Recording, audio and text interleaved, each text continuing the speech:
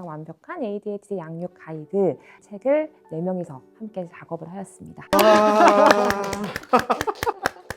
저희 넷이 정말 이렇게 같이 이렇게 ADHD 아이들 진료 얘기를 하다가 어떻게 하면 장점을 좀 살리고 단점을 좀 줄여서 아이를 좀 잘 키우게 할 수 있을까, 부모님들한테 어떻게 하면 좀 도움을 줄까, 이런 생각에 4명이 파트를 맡아서 이렇게 돌아가면서 책을 썼거든요. 근데 쓰고 나니까 너무 완벽한 거예요. 그래서 이름을 완벽한이라고 붙였어. 정말 웬만한 게 정말 모든 상황들, 대부분의 상황들이 다 들어가 있거든요. 그래서 아마 읽어보시면 정말 푹 빠지시게 될 겁니다.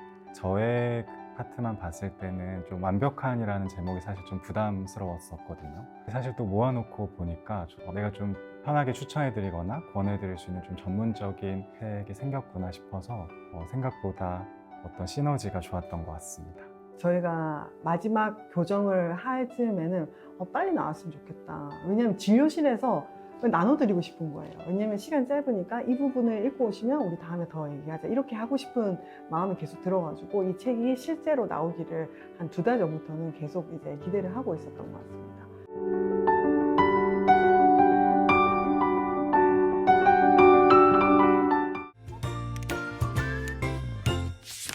소아청소년 정신건강의학과 전문의 박소영입니다. 제가 지금 ADHD 시리즈를 하고 있잖아요. 그런데 이 ADHD라는 질환은 정말 광범위하고 소아정신과에서 굉장히 중요한 질환이기 때문에 저 혼자로서는 도저히 감당할 수 없다. 그래서 제가 정말 평소에 존경하고 또 좋아하고 친하게 지내는 우리 소아청소년 정신건강의학과 전문의 선생님을 3분이나 모셨습니다. 안녕하세요. 소아정신과 전문의 조성우라고 합니다. 저는 유튜브 채널 쿠쿠닥스 운영하고 있습니다. 서울의료원 정신건강의학과 소아정신건강 발달 클리닉에서 근무하고 있는 고민수라고 합니다. 반갑습니다. 네, 안녕하세요. 저는 소아정신과 전문의 마음건축의원에서 아이들 부모님들을 만나고 있는 김병욱입니다. 저희 4명이 이렇게 생긴 것도 이렇게 다르지만 성격도 굉장히 다르고 진료 스타일도 조금씩 다를 수가 있습니다. 그래서 오늘 그 ADHD 편을 저희 4명이서 같이 찍으면 좀 더 풍부하고 다양한 이야기들을 나눌 수 있을 것 같아서 정말 바쁘신 선생님들을 제가 이렇게 모시게 됐습니다. 이렇게 자주 만날 수가 없잖아요. 왜냐하면 각자 진료로 바쁘고 다양한 이제 생업들을 해야 되니까. 공통점은 저희가 ADHD 아이들을 실제로 진료실에서 매일 만나고 있다는 것이겠죠. 일주일에 대략적으로 한 몇 명 정도의 ADHD 아이들을 만나는 것 같으세요? 한 100명에서 200명 사이? 하루에 진료를 하면은 적으면 10명이죠. 많으면 20명 이상의 ADHD를 진료일마다 만나고 있는 것 같습니다. 어느 정도 상담을 물론 하기 위해서 하루에 한 20분 정도를 만나는데, 사실은 저는 아이도 어른도 거의 대부분 ADHD 있는 분들을 만나서 제가 제 시간에 뵙는 분들은 거의 대부분 AD분들이라고 할 수는 있을 것 같습니다. 굉장히 많은 퍼센트의 ADHD를 가진 분들을 만나고 있다. 이게 이제 공통점이겠네요. 저희가 이렇게 만날 때마다 이 주제로 굉장히 많은 얘기를 나눴었잖아요. 오프 더 레코드로 정말 많은 얘기들을 했었죠. 특히 우리 조성우 선생님께서는 오프 더 레코드가 이제 아니지 않나요? 저는 뭐 네. 많이 알려져 있어서. 네, 한번 그래도 얘기해 주시겠어요? 제가 이제 원래 성인기에 이제 ADHD인 거를 알게 돼서, 아, 내가 ADHD여서 이렇게 살아가는 게 쉽지 않았구나, 이렇게 깨닫고 이제 뒤늦게 치료를 받게 되고, 그래서 많은 또 도움을 받은 그런 경험이 좀 있습니다. 그래서 그런지 ADHD 아이들을 보면 저는 굉장히 이해는 잘 되는 것 같아요. 네. 그 솔직한 말씀 감사드려요. 네. 저희 채널에서 ADHD 시리즈를 시작을 하면서 구독자분들을 대상으로 ADHD에 대한 인식조사를 시행을 했어요. 정말 많은 분들이 참여를 해주셨는데, 선생님들 이거 보시면 그래도 생각보다 많은 분들이 ADHD에 대해서 그래도 좀 알고 계시다, 이런 생각이 들지 않나요? 요새 어머님들은 정말 열심히 공부를 하시고 아이에 대해서 이해하려는 노력을 하시는 분들이 많아서인지 정말 질환에 대해서 정확히 알고 계신 분들도 많다고 생각이 들었고요. 특히나 4번 질문이 지금 내 아이가 ADHD가 의심된다면 나는 어떻게 할 것인가에 한 75% 정도나 소아정신과를 방문한다고 되어 있었어요. 편견들을 조금 없애고 문턱을 낮추게 노력하고 있는 게 도움이 되고 있구나라는 생각이 들었고요. 소아정신과 병원에 처음부터 가기가 조금 두렵기 때문에 좀 다른 곳들을 좀 가본다거나 그냥 마냥 기다린다거나 응답을 하신 비율도 아주 낮지는 않거든요. 그래서 그런 분들께 또 오늘 이야기가 도움이 될 것 같습니다. 그래도 저는 그거 보면서 부모님들이 꽤나 정말 정확한 정보를 많이 알고 계시구나 이런 느낌도 많이 받았습니다. 이 6번 질문을 보면 ADHD 약물 치료에 대해서 어떻게 생각하시나요? 라는 질문에 거의 90%에 가까운 분들이 필요한다면 복용한다 라고 이렇게 응답을 해주셨거든요. 예전에 비해서는 정말 확실히 치료적인 부분들에 대해서도 좀 많이 마음이 열려 있으시구나 이런 생각도 들었습니다. 인식 조사와 Q&A도 많이 주셨는데 대표적인 Q&A를 9개로 이제 추려봤습니다. 임상에서 직접 아이들을 만나고 치료를 하고 있는 그 4명의 의사의 의견은 과연 다 똑같을까? 그걸 알아보는 시간을 가지려고 합니다. 사전에 선생님들께 서로 의논하지 마라. 너무 깊이 생각하지 말고 대답을 해주셔라. 이렇게 말씀을 드렸을 거예요. ADHD 아이들은 항상 어디서나 문제를 일으킨다. 하나, 둘, 셋. 이건 뭐 너무 이견이 없죠. 네, 이게 항상 어디서나 이런 말 들어가면 틀린 거예요. 아이들이 문제를 일으키는 상황이 가정에서만 그럴 수도 있고 혹은 맞아요. 학교에서만 그럴 수도 있고 언제 어떻게 나타날지는 사실 예측이 좀 어렵죠. 꼭 문제가 있으리란 법이 있는 것도 아니기도 하고요. 그리고 사실 우리가 ADHD뿐만 아니라 소아청소년 정신건강의학과의 어떤 어려움이나 질환은 대부분은 학교 세팅, 진료실 세팅, 그리고 가정 세팅 이 3개를 다 비교를 해봐야 되잖아요. 근데 이 3가지 다 동일한 문제를 일으키거나 동일한 모습을 보이는 애들이 그렇게 흔하진 않은 것 같아요. 그리고 ADHD 아이들이 오히려 자기가 좋아하는 거나 빠져 있는 거에서는 되게 무섭게 집중력을 발휘하기도 하고 사실 자기 맞춤형 환경에서는 진짜 강점이 있잖아요. 되게 에너지틱하고 항상 어디서나는 아니죠. 오히려 좀 강점도 있다. 첫 번째 질문은 굉장히 쉽게 저희가 통일을 했네요. 두 번째 질문 부탁드립니다. 부모의 맞벌이로 ADHD가 생길 수 있다. 하나, 둘, 셋. 이런 생각을 하시는 분들이 꽤 있잖아요. ADHD면 또 일을 그만둬야 되나 이런 생각도 하시고 내가 어렸을 때 잘 못 봐줘서 그런가 이런 고민들도 하시고 부모님들 입장에서는 죄책감이 좀 많은 것 같아요. 애가 진단 이제 ADHD 했을 때 저희가 뭘 잘못해서 그런가요? 저희가 바빠서 아이를 제대로 키우지 못해서 그런가요? 정말 전혀 그런 게 아니라서 그렇게 죄책감 갖거나 마음 아파하시거나 내가 뭘 잘못했을까 후회하시거나 이러시지는 않았으면 좋겠다는 생각합니다. 여기서도 이 구독자분들께 답해 주신 것도 보니까 부모 양육이 원인이다라고 비율이 10%는 돼요. ADHD는 정말 오래전부터 연구가 되어서 온 결과 환경이나 양육이 발생 원인으로 차지하는 비율은 더 적고 유전이나 뭐 뇌신경 발달이나 신경전달 무의과 같은 뇌와 관련된 원인이 있다고 밝혀진 신경 발달 질환이잖아요. 그런 생각은 좀 안 하셔도 되지 않을까. 정말 이거는 약간 생물학적인 요소가 크고 그러니까 타고난 기질과 같은 성향이기 때문에 맞벌이라든지 어떤 양육 태도 때문에 그렇지 않은 아이가 이제 ADHD가 생기는 경우는 거의 없고 그냥 타고난 성향으로서 이해하실 수 있도록 돕고 있어서 관련된 어떤 걱정이나 죄책감이나 이런 것들은 덜어내셨으면 좋겠습니다. 전문가분들께서 이렇게 입을 모아서 말씀해 주시니까 우리 부모님들이 좀 마음이 편해지셨을 것 같습니다. 다음 질문입니다. 부모 중 한 명이라도 ADHD라면 자녀는 무조건 ADHD이다. 하나, 둘, 셋. 너무 이제 통일성 있는데요, 계속. ADHD가 유전 경향이 꽤나 높은 질환 중에 속하지만 또 무조건은 아니죠. 무조건이면 답에서는 X가 나와야 됩니다.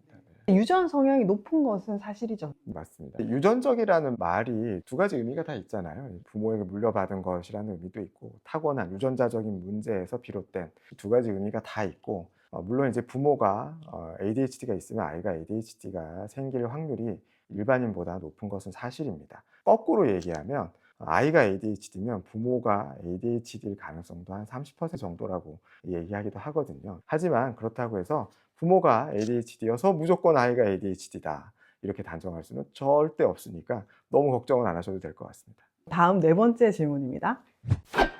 ADHD는 완치가 가능하다. 하나, 둘, 셋.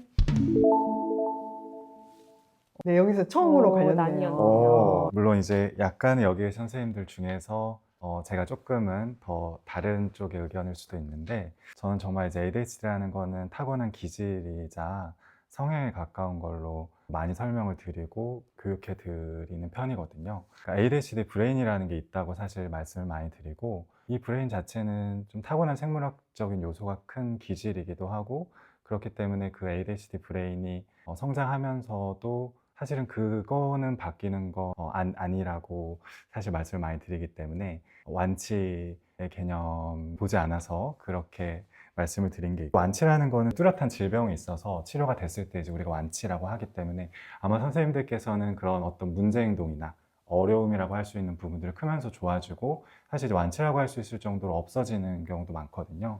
그래서 완치라고 해주신 것 같고, 저는 조금 더 그 질병을 넘어서 하나의 이제 성향으로 봤을 때는 이게 어려운 점, 단점은 계속 사실 줄어들면서 보완해 갈 수가 있고 오히려 그런 장점은 계속 키워갈 수가 있기 때문에 완치라는 개념이 없다. 약간 이렇게 말씀을 드리게 된 것 같습니다. 아마도 저희가 약간 의견이 나뉜 거는 완치의 개념을 무엇으로 보냐에 따른 것 같아요. 증상되는 걸로 보고 증상은 있지만 그래도 일상을 수행해 나갈 수 있는 자기만의 어떤 능력들이나 어떤 방법들을 터득해 가면서 일상의 어려움들이 점점 줄어들면서 살아가느냐, 사실 그 개념에 따라서 이제 그 기준이 다른 거죠. 점점 아이들이 자기 자신만의 어떤 방법들을 터득해서 일상의 기능들을 수행해내기 시작하면은 저는 그것 또한 어떤 완치이지 않을까라고 생각하는, 조금이라도 좀 긍정적으로 보고자 하는 입장이라서 사실은 비슷하게 보겠지만은 이런 O와 X로의 어떤 기준으로 조금 나뉘지 아니었나라고 생각을 합니다.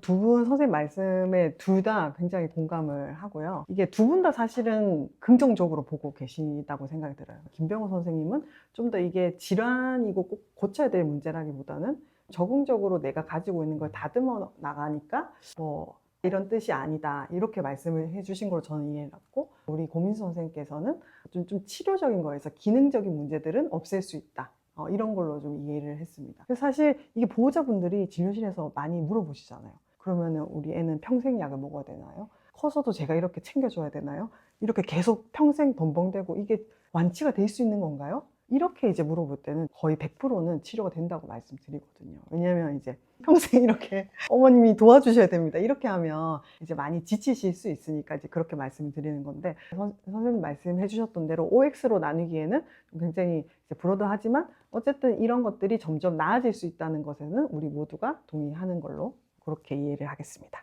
5번째 질문입니다. ADHD는 약물 치료를 꼭 해야 한다. 하나, 둘, 셋. 아니, 저는 선생님들이 다 X라고 하실 것 같아서 O라고 했어요. 역시. 당연히 꼭 해야 된다는 물론 아니라고 저도 설명을 많이 드리는데요.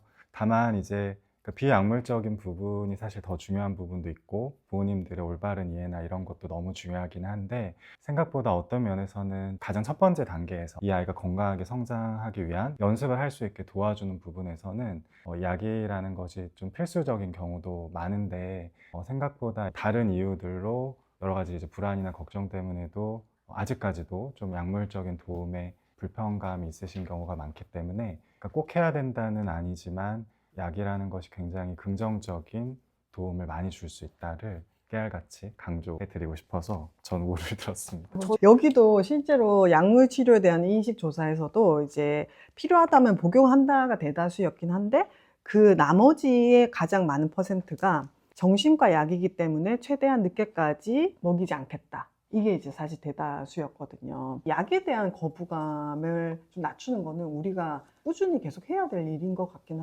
합니다. 저는 ADHD 약물 치료를 꼭 해야 된다에 대해서는 그렇게까지 생각하지는 않는 편인데, 아이가 그렇게 큰 문제 상황이 아닌데도 불구하고 병원에 데려오거나 검사를 하는 경우도 있어요. 그리고 검사를 했을 때 어느 정도는 그런 부분들이 검사에서 걸러 나오는 부분들이 있기도 하고요. 근데 아이의 연령도 좀 어리기도 하고 조금 환경 조성을 하거나 아이가 성숙하는 것을 좀 기다려 볼 수 있는 그런 여유가 있는 여러 가지 요인들을 봤을 때 약물 치료를 꼭 하지는 않아도 되는 경우도 있더라 인 것 같아요. 그래서 저는 이제 X, 실제로도 뭐 진료실에서도 그렇게 얘기하기도 하고요. 그래서 그렇습니다. 하지만 저희 병원에 오는 대부분의 분들은 약물 치료를 하시죠. 왜냐하면은 정말 이제 병원에 오는 게 쉽지 않은 일이잖아요. 선생님이나 혹은 주변에서 너무나 많이 권하거나 정말 꼭 필요하다고 얘기를 했기 때문에 오는 정도가 되면 대부분은 약물 치료가 필요한 정도의 학교, 가정 혹은 친구 관계 여러 가지 측면에서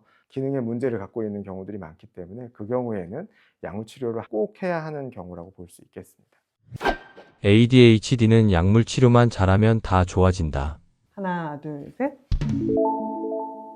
네, 이견이 없는 것 같습니다. 약만으로 해결하려는 것도 아니죠. 통계적으로 연구 결과들에서 다 나와 있는 얘기들이니까요. 약물 치료 반응률 뭐 50에서 60% 정도 사이, 약물 치료, 비약물 치료 병합했을 때 한 70% 정도의 아이들이 좋아진다고 되어 있으니까 어떻게 보면 약물 치료, 비약물 치료를 다 같이 노력을 기울여도 생각보다는 쉽지는 않다 이렇게 볼 수도 있습니다. 당연히 약물 치료만 하면 다 좋아진다 이렇게 얘기하고 지나친 뭐 어떻게 보면 약에 대한 뭐 맹신이라고도 저는 생각을 합니다. 네. 유명한 MTA 연구 있잖아요. 그 연구에서 행동치료를 정말 열심히 행동치료만 그리고 약물 그리고 약물 플러스 행동 이렇게 했을 때 결국 핵심 증상의 개선은 병합을 하였든 병합을 하지 않았든 약물 치료를 한 군이 확연하게 좀 개선이 되긴 했어요. 그런 거 보면은 약물학적인 도움을 저희가 무시할 수는 없을 것 같고요. 생물학적인 어떤 질환인 거니까요. 그 연구 제가 기억하기로 핵심 증상 개선은 약물이나 약물 행동이나 비슷했는데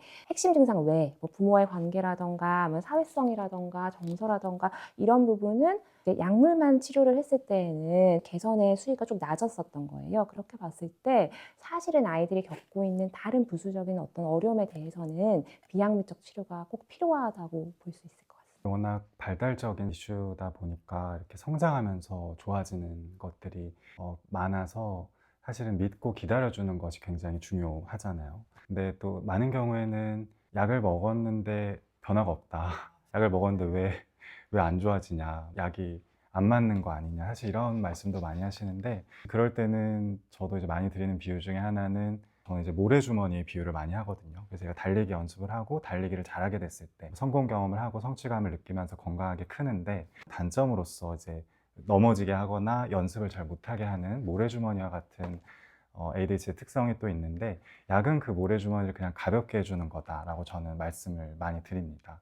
그래서 모래주머니가 가벼워졌어도 얘가 달리기 연습을 안 하면 사실은 뭐 달리기 실력, 체력, 근력, 지구력은 늘지는 않는 거거든요. 약을 챙겨주는 게 사실은 더 간단할 수 있고 모래주머니가 가벼워졌어도 좀 연습을 꾸준히 해서 본인이 원하는 어떤 성장을 이룰 수 있도록 도와주려면 동기를 부여해주고 많이 격려해주고 보상으로 칭찬을 주고 좀 어렵지만 중요하지 않나 생각이 듭니다. 공감이 되는 얘기인 것 같아요. 실제로 진짜 부모님들이 약에 대한 이제 좀 장벽이 있다 보니까 약을 먹기까지 마음을 먹는데 시간이 굉장히 오래 걸리시잖아요. 약을 한번 딱 먹으면 굉장히 이렇게 드라마틱한 변화를 기대를 하시게 되는 것 같아요. 그러다 보니까 약을 먹으면 우리 아이가 마치 다른 애가 되기를 바라시는 경우들도 있는데 방금 말씀하신 것처럼 우리 아이를 다른 아이로 바꾼다기보다는 우리 아이가 자기의 마음속에 있는 것들을 좀 더 잘 실행하고 실수를 좀 줄여주는 그런 기초선 정도가 되지 않을까 하는 생각이 좀 듭니다. 자, 그럼 다음 질문 가겠습니다. 영양분이 부족하면 ADHD에 걸린다. 둘, 셋. 저는 세모 정도로. 여기에 질문에 좀 그게 들어가야 될 것 같아요. 영양분이 극단적으로 부족할 경우에는 사실 걸릴 수 있겠죠. 그래서 세모를 하긴 했고 실제로 뭐 철이나 아연이나 뭐 비타민 D나 이게 정말 결핍이 있을 때는 ADHD 증상과 비슷하게 나타난다라는 말이 있는데 일반적인 식사를 했을 때 저희가 사실 그렇게까지 극단적으로 결핍이 일어날 일은 잘 없고 결핍이 있다고 하더라도 영양제가 저희가 지금 말씀드리고 있는 표준적인 치료를 대체할 수 없다. 영양제를 먹어도 그 효과는 굉장히 미미하다라는 게 사실 또 계속 연구에 나오고 있어서 그거를 전달드리는 게 중요할 것 같습니다. 네, 다음 질문 부탁드리겠습니다. ADHD 약은 한 번 먹으면 평생 먹어야 한다. 하나, 둘, 셋. 다 동일하니까 넘어가겠습니다. 마지막 질문입니다. ADHD 예방법이 있다. 하나, 둘, 셋. ADHD가 뇌 신경과 계속 말씀드리지만 뇌 기능과 관련된 신경 발달 질환이라서 어떤 예방을 하여서 ADHD가 발생하는 것을 막는 거는 사실은 저는 잘 모르겠어요. 그거는 가능할까? 뭐 가능하다면 너무 좋을 것 같고요 싶은데 이 ADHD 아이들이 정말 다 다른 모습이잖아요. 그래서 그 경과가 어떻게 나타나는지가 너무 달라서 그 경과를 조금 더 좋게 예방하는 방법들이 있고 그게 바로 좀 비약물 치료나 부모 교육 아닐까라는 생각을 하여서 세부로 했습니다. 저는 이제 O로 했는데 우리 이 ADHD의 특성을 가진 아이들이 즉각적인 보상에 굉장히 민감하게 반응하고 이런 특성들을 가진 친구들이 꽤 많잖아요. 이제 그런 아이가 이제 저희 집에 있거든요. 저희 집에 이제 있는데 제가 보기에 저희 아이 같은 이제 자극 추구 성향이 높은 아이인 경우에는 이제 미디어에 노출이 됐을 때 그걸로 받는 영향이 굉장히 크다고 이제 느꼈습니다. 그래서 이제 어렸을 때부터 관리를 한 편이고요. 저희 아이뿐만 아니라 사실 저는 이제 진료실에서 만 4세, 5세 이런 친구들 굉장히 많이 만나는데, 그러면 사실 ADHD 진단을 내리기엔 아직 아이들의 뇌 발달 자체도 너무 안 되어 있고 진단 기준도 아직 속하지도 않은 보호자분들께서 걱정하시거든요. 그러면 이제 제가 그때 말씀드리는 것이 생활 관리나 미디어 노출, 만 3세가 지나가서는 타인의 말을 경청하는 거, 이런 것부터 이제 설명을 드립니다. ADHD 자체를 병이 발생하는 것을 예방한다기보다는 뇌 발달에서 이 아이한테 좀 더 적절한 환경을 제공해주고 아이한테 맞는 양육법을 할 수는 있지 않을까. 이제 ADHD인 아이들 진료실에서 만나게 되면 과거력 같은 거 물어보게 되면 특성들이 있잖아요. 예를 들면 잠도 잘 못 자고 굉장히 좀 달래지지도 않고 먹는 것도 잘 안 먹고 이렇게 까다로운 이런 부분, 이런 아이들 어떤 언어나 인지 같은 것들의 발달이 약간 다른 친구들하고 뭔가가 좀 달랐다거나 발달의 궤적이 달랐던 그런 친구들이 많아서 그런 것들을 보면 ADHD라는 거는 정말로 유전적이고 혹은 타고난 성향이다, 저는 그렇게 더 많이 생각을 하게 되더라고요. 이게 부모가 뭐 그렇게 만들고 싶어서 만들 수가 그렇죠. 있는 게 절대 아니구나, 네. 이런 생각에 그렇게 생각했을 때 예방법이 없다. 하지만 이제 ADHD 아이가 있을 때 이게 ADHD 문제에서만 끝날 법한 아이가 ADHD 문제로 인해서 정서적, 사회적 뭐 여러 가지 어떤 행동적인 문제가 발생하게 되는 건 좀 부모가 막아주거나 혹은 좀 줄여줄 수 있지 않나, 이런 생각 정도는 하고 있습니다. 이렇게 우리가 OX 퀴즈를 통해서 선생님들의 의견을 나눠봤는데요. 사실 이렇게 얘기를 듣다 보니까 첫 번째, ADHD는 생물학적인 부분이 굉장히 크다. 부모 탓으로 ADHD가 된 것은 아니지만 이 아이들을 도와줄 수 있는 가장 중요한 사람은 결국 부모다. 예방법이라고 우리 얘기했지만 결국에는 우리 아이들을 도와주는 관리 방법이라든지 양육 방법, 부모의 역할, 훈련, 이런 것들이 굉장히 중요하다는 게 이제 핵심인 것 같습니다. 여러 가지 연구에서도 아까 잠깐 언급이 나왔지만 약물 치료와 비약물 치료를 같이 병행하는 군에서 가장 ADHD 증상의 개선이나 삶의 질이 좋아진다, 이런 연구들은 굉장히 많은데, 그 비약물적 치료 중에서도 가장 1순위가, 가장 이제 핵심적인 치료가 부모 교육, 부모 역할 훈련이라고 나와 있습니다. 그래서 저희들도 진료실에서 부모 역할 훈련과 부모님 상담, 부모님 교육을 굉장히 강조하면서 하고 있는데요. 다른 선생님들은 진료실에서 어떻게 부모 교육을 하고 계신지 좀 이야기를 들어보고 싶습니다. 진료 시간이 그렇게 길지 않기 때문에 짧아서 부모 역할 훈련이라고 얘기할 수준의 정말 공들여서 체계적으로 하고 있지는 사실 못하고 있는 상황이고, 아이가 가지고 오는 문제들, 문제 상황들에 대해서 어떻게 대처를 하면 될 것인가에 대해서 이렇게 얘기를 나누는 것들이 진료 시간의 대부분을 차지를 하죠. 저도 마찬가지입니다. 사실 우리가 결과를 모르면 동기가 떨어지지만 이거는 너무너무 알거든요. 부모 교육을 저희가 했을 때 아이한테 훨씬 도움이 된다는 걸 아는데도 제가 원하는 만큼을 다 전달하기가 어려워요. 1시간 상담을 한다 하더라도 사실은 부모님의 궁금증이 다 해소되기 또 어려운 것 같아가지고 좀 어려움이 있는 것 같습니다. 공감, 격려, 칭찬, 무한 반복을 항상 강조를 드리는데요. 다만 이제 말씀하신 것처럼 시간적인 제약도 있고, 아이가 성장하고 사실 그러면서 이제 부모도 같이 성장을 하는 거잖아요. 그러니까 시간이 필요한 부분이 있어서 꼭 그 순간에 뭐 많은 내용을 전달해 드리는 것도 의미가 있지만, 부모님들을 계속 격려해 드리고, 그럼 또 부모님은 아이를 또 격려해 주고, 그런 좀 선순환을 이어갈 수 있도록 좀 방향을 잡아드리는 부분이 신경 써주고 계신 부분이고, 저희들이 할 수 있는 소아정신과 의사들의 가장 중요한 역할 중에 하나라고 생각을 합니다. 같은 진단을 표준화된 근거 기반의 가이드로 우리가 치료를 하고 있지만 진료 의사들마다의 스타일도 좀 다른 것 같아요. 저 같은 경우는 부모 교육 프로그램이라고 10번의 회기로 부모 교육을 하는 건데, 사실 그걸로도 충분하진 않지만 이제 시작이라는 마음으로 이제 그런 프로그램을 운영을 하고 있습니다. 사실 그것만으로도 이게 모든 사람이 또 교육을 받을 수 있는 건 아니니까 어떻게 할까 저희들끼리 고민을 많이 하다가, 그래서 어떻게 하기로 했죠? 저희가? 그래서 책을 쓰기로 했죠.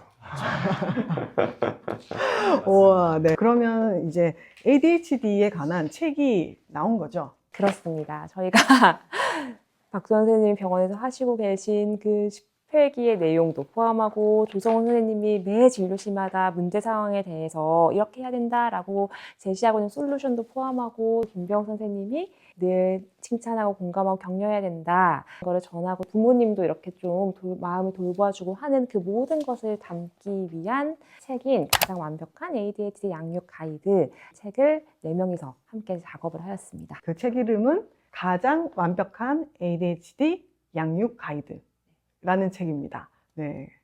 와. 와. 저희 넷이 정말 이렇게 같이 이렇게 ADHD 아이들 진료 얘기를 하다가 어떻게 하면 장점을 좀 살리고 단점을 좀 줄여서 아이를 좀 잘 키우게 할 수 있을까? 부모님들한테 어떻게 하면 좀 도움을 줄까? 이런 생각에 4명이 이제 파트를 맡아서 이렇게 돌아가면서 책을 썼거든요. 근데 쓰고 나니까 너무 완벽한 거예요. 그래서 이름을 완벽한이라고 붙였어. 정말 웬만한 게 정말 모든 상황들, 대부분의 상황들이 다 들어가 있거든요. 그래서 아마 읽어보시면 정말 푹 빠지시게 될 겁니다. 저의 그 파트만 봤을 때는 좀 완벽한이라는 제목이 사실 좀 부담스러웠었거든요. 사실 또 모아놓고 보니까 내가 좀 편하게 추천해드리거나 권해드릴 수 있는 좀 전문적인 책이 생겼구나 싶어서 생각보다 어떤 시너지가 좋았던 것 같습니다. 저희가 마지막 교정을 할 즈음에는 빨리 나왔으면 좋겠다. 왜냐하면 진료실에서 나눠드리고 싶은 거예요. 왜냐하면 시간 짧으니까 이 부분을 읽고 오시면 우리 다음에 더 얘기하자. 이렇게 하고 싶은 마음이 계속 들어가지고 이 책이 실제로 나오기를 한 2달 전부터는 계속 이제 기대를 하고 있었던 것 같습니다. 그래서 이 자리를 빌어서 제가 이렇게 겁없이 하자고 한 이 계획에 선뜻 동참해 주시고 또 이렇게 저희 채널에 나와 주신 것에 대해서 다시 한번 감사드립니다. 이 책은 정말 실용적인 책으로 저희가 만들었고요. 저희가 실제로 임상에서 아이들을 만나고 있고 실제로 부모님들에게 진료실에서 하고 있는 얘기들을 정말 그대로 오히려 더 간결하면서 더 정확하게 옮겨놓은 책이기 때문에 정말 저도 자신 있게 저희 구독자분들이나 ADHD 아이를 둔 부모님들께 권유를 드리고 싶습니다. 이렇게만 끝내면 너무 아쉽잖아요. 그래서 저희가 오늘은 OX 퀴즈로 ADHD에 대해서 전반적으로 알아봤다면 다음 시간에는 또 제가 1대1로 선생님들과 함께 각각 사례를 가지고 우리 아이들, ADHD 아이들이 보이는 특성과 부모님들이 할 수 있는 역할에 대해서 좀 더 자세하게 알아보는 시간을 가지도록 하겠습니다. 자, 그러면 마지막으로 우리 동네 어린이 병원이라는 육아 채널 나와주신 우리 선생님들의 소감을 한 번씩 들어보고 싶습니다. 네, 이렇게 이제 좋은 기회가 돼서 채널에 초대해 주셔서 너무 감사드리고 아마 영상 보고 계신 부모님들 중에서도 아이의 이런 충동성, 주의 집중력 부분에 대해서 걱정이 많으신 분들이 많이 있으실 것 같아요. 저희가 이번에 새롭게 의기투합해서 쓴 책이 그 부모님들께 정말 도움 많이 됐으면 하고 종종 채널에는 좀 출연했으면 하는 소망이 있습니다. 감사합니다. 저도 이 채널 구독자이거든요. 그래서 이렇게 구독자분들과 소통하고 여기 출연할 수 있게 된 게 너무너무 영광이고요. 저희 책은 아까 말씀드린 것처럼 실용적이고 전문적인데 쉬워요.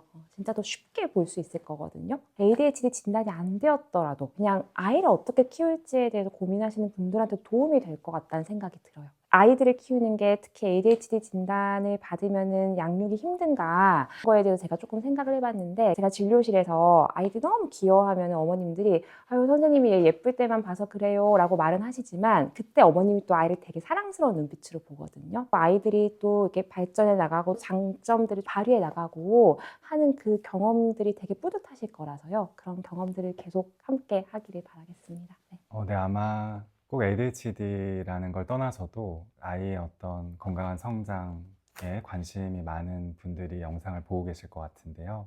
그래서 아이들마다 사실은 기질이나 성향이라는 건 다 다른 거지만 누군가 한 사람이라도 그 아이를 좀 믿고 따뜻하게 지켜봐주면서 기다려주는 어른이 있으면 좀 까다로운 기질이나 어려움이 있는 아이들도 건강하게 클 수 있습니다. 많은 부모님들께서 아이들을 좀 믿고 기다려주시는데 조금이나마 또 저희들의 어떤 그런 내용들이 도움이 될 수 있으면 좋겠습니다. 감사합니다. 오늘 좋은 말씀 너무 감사했고요. 그러면 다음 시간에 또 뵙겠습니다. 감사합니다.